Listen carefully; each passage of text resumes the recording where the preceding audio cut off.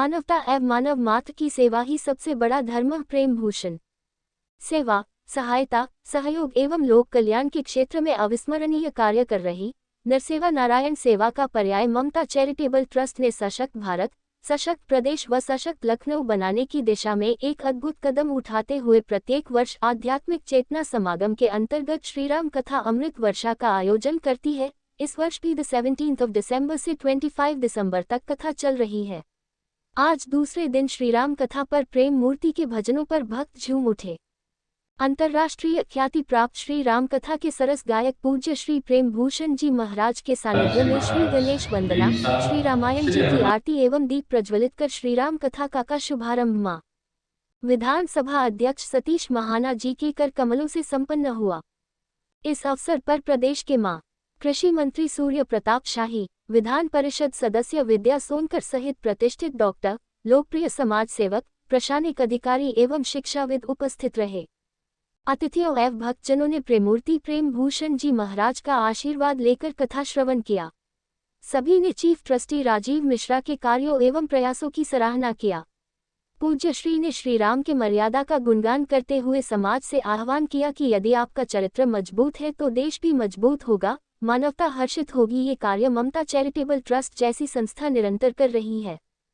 देखिए, लखनऊ की लक्ष्मण नगरी में राम कथा होना बहुत ही संजीवनी देने का काम करेगा। जिस तरह से राम कथा होने जा रही है, 22 जनवरी को देश के प्रधानमंत्री मंदिर का निर्माण करने का लोकार्पण करने जा रहे हो। जिस तरह से लोकार्पण करने जा रहे हो, इससे पहले राम कथा सुन के लखनऊ का उत्साह बढ़ेगा।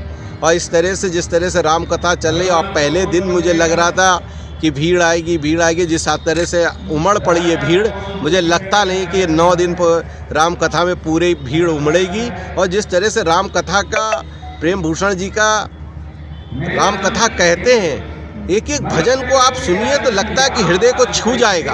और ऐसे आज प्रेम भूषण जी हमारे बीच में है, जिस तरह से वो कथा कर रहे हैं, पूरे लखनऊ नहीं, मुझे लग रहा अभी मुझे कई बहनाएं मिली, कहीं मैं आगरा से आई, कोई कह रहा गाजियाबाद से आई, कहाँ से आके और राम भक्त कथा सुन रही हैं। मैं उनका अभिनंदन और वंदन करता हूँ। और लखनऊ वासियों से मैं आग्रह करता हूँ कि ज़्यादा से ज़्यादा संख्या में आकर कथा का आनंद ले। और सच में राम कथा जो हो रही है, 9 दिन की राम कथा हो रही है, ममता चैरिटी ट्रस्ट कर रही है।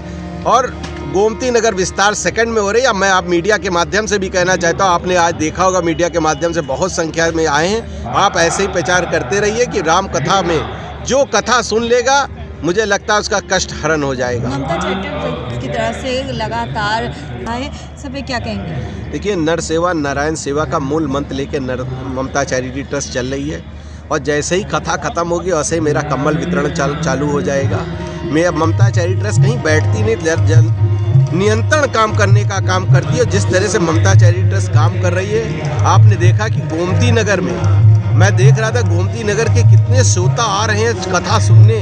और बड़े मैंने अभी पूछा कहाँ से आए, उन्होंने कहा मैं IAS हूँ। मैंने कहा आप यहाँ क्यों बैठे? कहीं मुझे कथा सुनना है, मैं नीचे बैठ के कथा का आनंद ले रहा हूँ। तो ये चीज़ें भाव जो कथा का आ रहा है, वो देखने को मिल रहा गोमती नगर में। आज के प्रथम दिवस के अवसर पर कौन कौन मुख्य अतिथि के तौर पर शामिल है? आज हमारे बीच में उत्तर प्रदेश के डिप्टी CM माननीय विजेश पाठक जी रहे।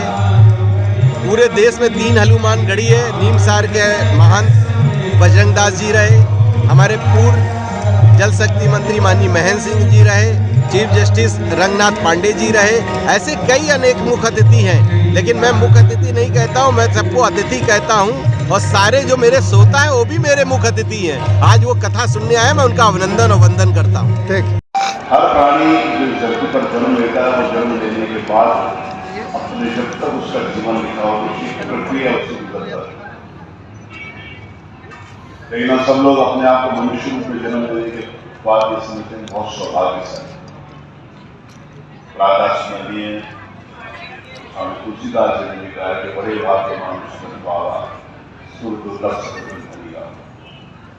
बड़े सौभाग्य से मनुष्य का जन्म मिलता है, जो देवताओं को भी दुर्लभ होते उन ग्रंथों को पाने का एक अवसर मिलता है।